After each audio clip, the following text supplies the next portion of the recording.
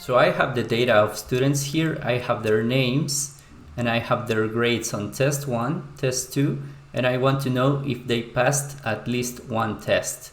So a student passes the test if his grade is greater than 5. So I want to know if Robert Downey Jr. passed the test when he made a 10 on his first test and he made a 4 on his second test.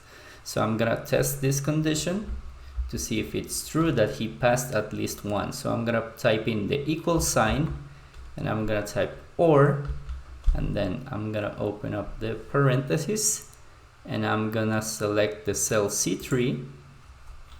Okay, and then I'm gonna type in here this sign. So if this is greater than 5, then he passed the test. Or let us select the cell D3 and type the same condition, greater than 5. Okay, and I'm gonna close parentheses. Next, I'm gonna hit enter, and this is going to tell me that the student passed at least one test.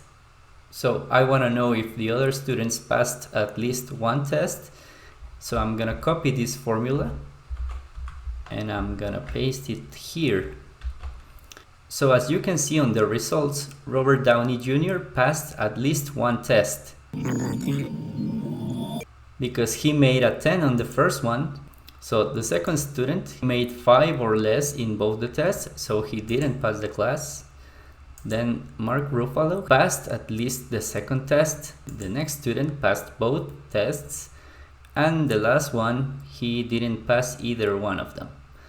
So that's how you use the OR conditional formula, and you can use it with other formulas like the if conditional formula.